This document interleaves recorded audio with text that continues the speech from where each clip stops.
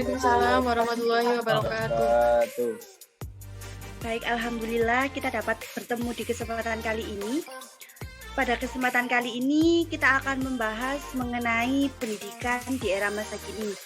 Nah, kita juga akan mempresentasikannya bersama beberapa pemateri. Silakan untuk memperkenalkan diri.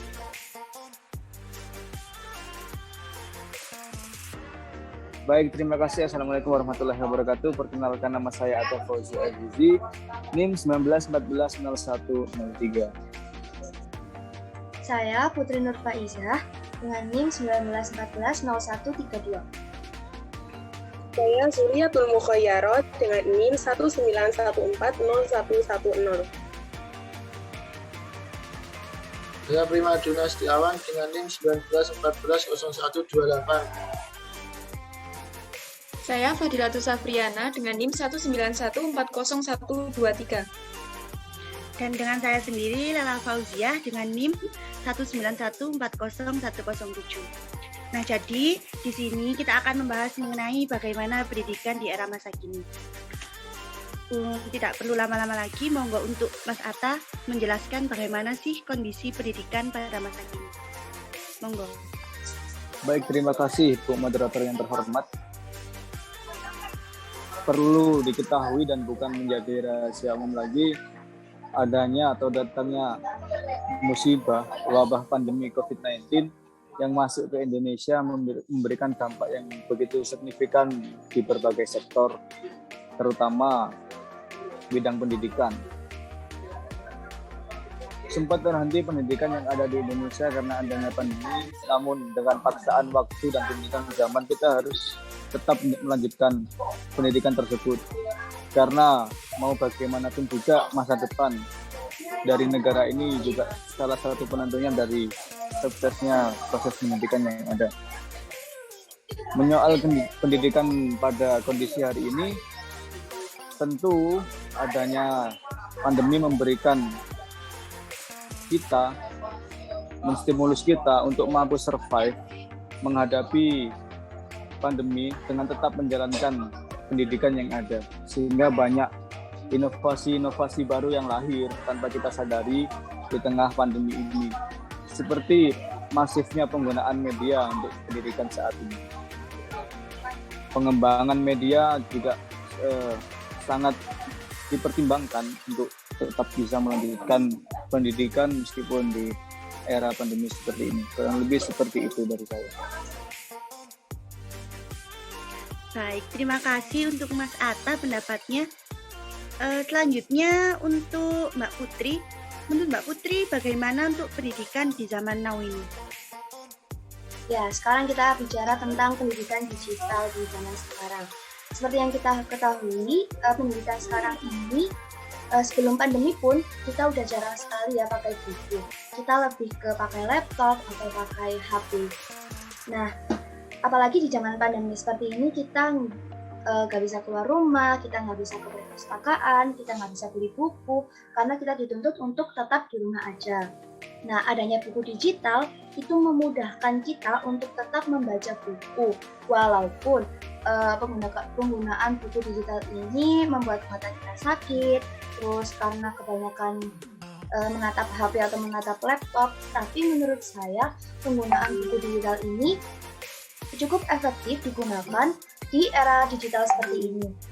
Di samping karena kita nggak bisa keluar rumah untuk membeli buku, penggunaan buku digital ini juga membuat anak-anak, terutama anak-anak di usia sekolah, itu memiliki waktu yang lebih lama untuk membaca buku karena mereka itu ngerasa mereka tuh nggak belajar, tapi mereka sedang bermain HP. Nah, itu menurut saya itu untuk penggunaan buku digital di era sekarang ini. Terima kasih. Iya, jadi intinya itu seperti kita bisa mendapatkan banyak wawasan ya Kak ya melalui buku digital tadi. Iya, benar banget. Baik. Selanjutnya mungkin Mbak Zuliatul, monggo. Ya, baik. Dengan adanya teknologi dan proses belajar di kelas, maka pembelajaran di dalam kelas juga harus menyesuaikan dengan kebutuhan zaman. Dalam hal ini, guru memiliki peran sebagai fasilitator yang berani menggunakan teknologi. Salah satunya yaitu dengan menggunakan laptop. Sebagai media belajar, laptop juga mempunyai peran penting yaitu dalam proses pembelajaran untuk memberikan dukungan komunikasi interaktif antara siswa dan guru, serta menyiapkan bahan pembelajaran. Seperti itu. Baik, lebih ke sarana prasarana berarti ya Mbak ya. Selanjutnya untuk Mas Primadona, monggo. Baik, terima kasih moderator. Dari para pemaparan para materi di atas tadi, dampak yang ditimbulkan dari globalisasi ini yaitu penggunaan internet.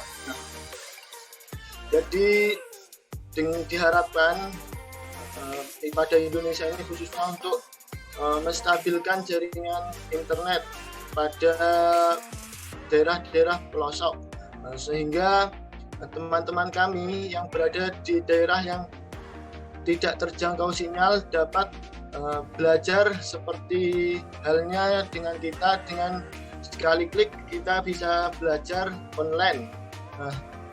Jadi semoga kedepannya pemerataan internet di Indonesia bisa dipercepat dan diperluas sehingga mahasiswa atau siswa yang berada di daerah pelosok dapat nyaman belajar dengan menggunakan akses internet yang lancar dengan menggunakan aplikasi-aplikasi online lainnya. Mungkin seperti itu Mbak Bella. Iya, jadi memang kendalanya kalau di masa pandemi ini memang terkendalanya memang utamanya itu di sinyal ya Mas ya. Iya Mbak, betul. Baik, mungkin selanjutnya Mbak Fadilatus untuk menambahkan materinya. Ya, terima kasih Mbak Moderator. Jadi bisa saya tarik beberapa dari yang dijelaskan oleh teman-teman.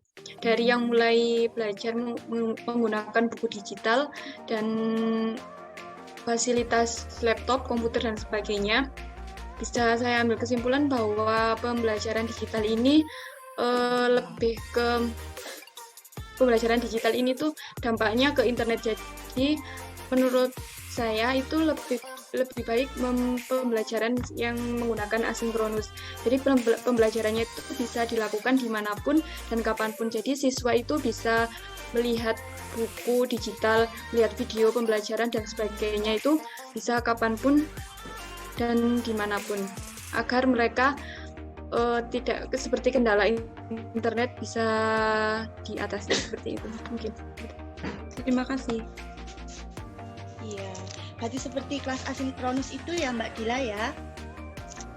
Ya, Mbak Moderator. Ya, jadi itu tadi merupakan pemaparan materi dari kelompok kami. Mungkin akan saya simpulkan saja bahwa di dalam masa pandemi ini pembelajaran memang sedikit mengalami gangguan juga, terdampak karena pandemi, dan memang salah satunya itu yang menjadi solusi bagi pendidikan itu adalah pembelajaran digital ini tadi, di mana pembelajaran digital itu lebih fleksibel ya waktunya, seperti yang dijelaskan Mbak Fadilatus tadi.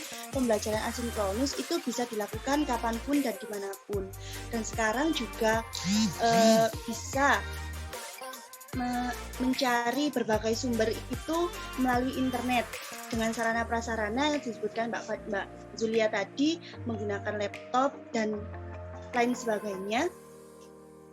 Akan tetapi memang masih ada beberapa kendala, yaitu kendala terbesarnya masih pada jaringan sinyal. Ini masih menjadi PR kita bersama.